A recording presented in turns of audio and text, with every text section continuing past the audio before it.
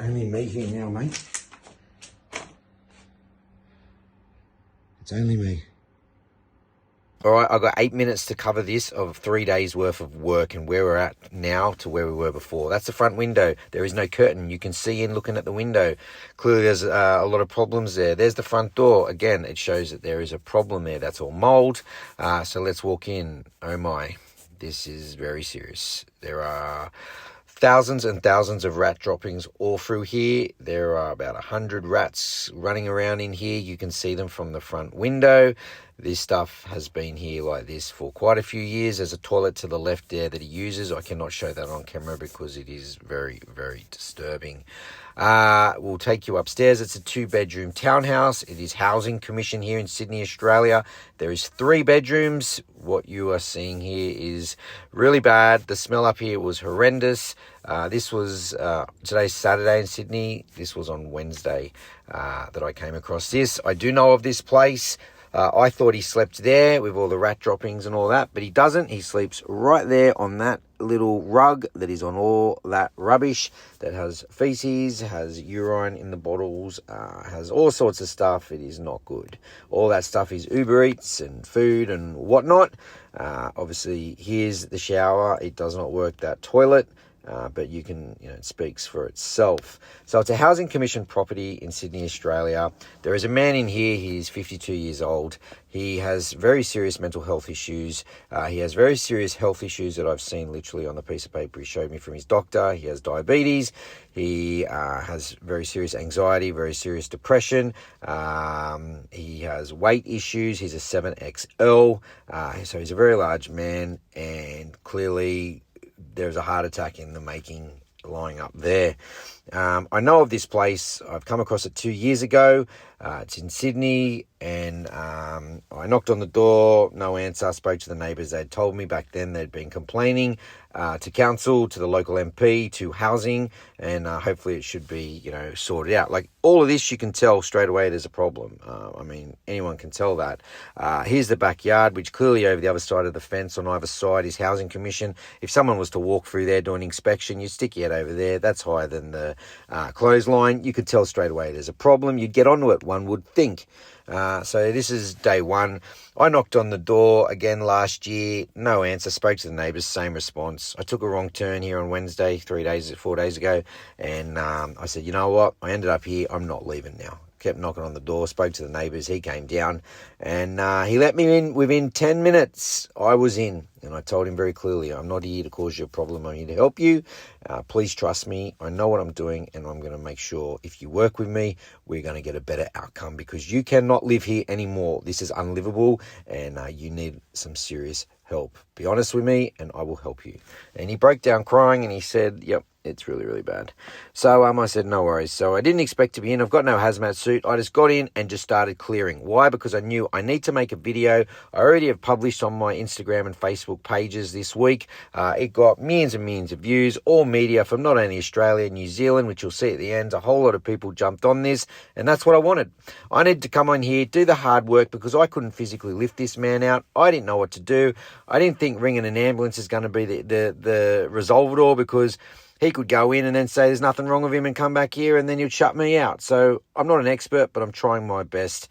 And as I said, I knew that people would jump on this and I'd get the attention I'd need, and they would have to do something here.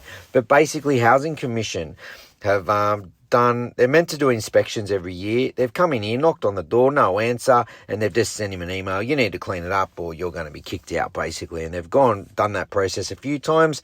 How they think that's going to work. You've got a man in here that's got some serious problems. What, you think he's going to read it and say, no worries, I'll get on this and start cleaning it? No, he's just going to ignore that and can continue spiraling down that road that he is on through bad mental health stuff going on. So I'm back here now, day 2. I spoke to the Minister of Housing yesterday on the day 1, Rose Jackson. She's the highest person. I have her personal number. She's been on my channel before because I've called her out before that this is unacceptable.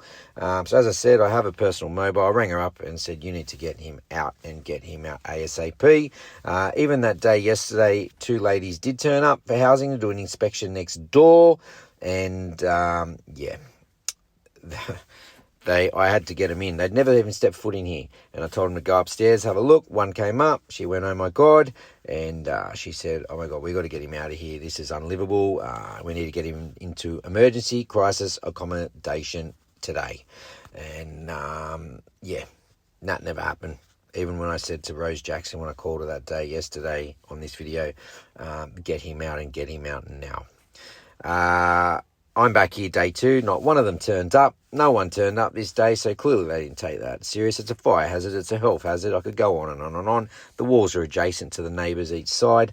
But one did turn back up and went next door again. Wanted more photos from inside her house. Her house is immaculate. I've been inside it. When I walked through it, I could stick my head over the back fence and see that mess inside. Why housing did not even do that again? Unbelievable. Shortcuts not doing their job properly. The point is, legends, he made that mess. I know he did. But had they have done their job properly and got onto this, this would have been prevented. And they should have had him out of here a long time ago. Why would you give a one-man a 3-bedroom, 2-story apartment? Again, is beyond me when we're in a crisis and people need to... There's families out there that could have used this. So anyway, the lady turned up next door.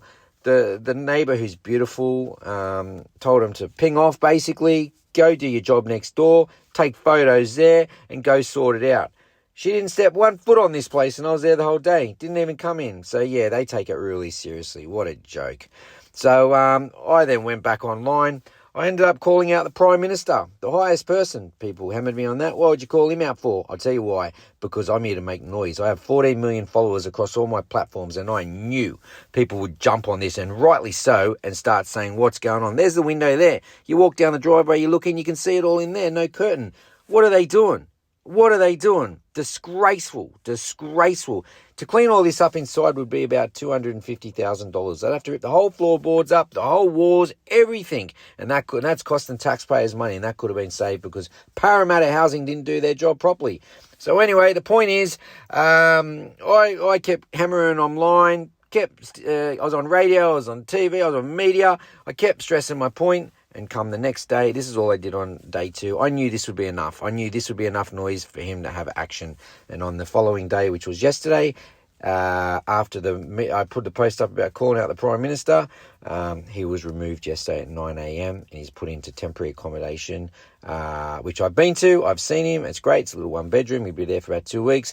All the assistance is now jumping on to help him, all the services. And here's some of the articles, and hopefully he's going to be on his way with some assistance and he can get a little bit of help and get a bit better, and they put him into a 1-bedroom apartment. That's all I can do, legends, but I appreciate you all. This is disgraceful. It should not be happening anywhere in the world, but we've done our bit, and I wish him all the best.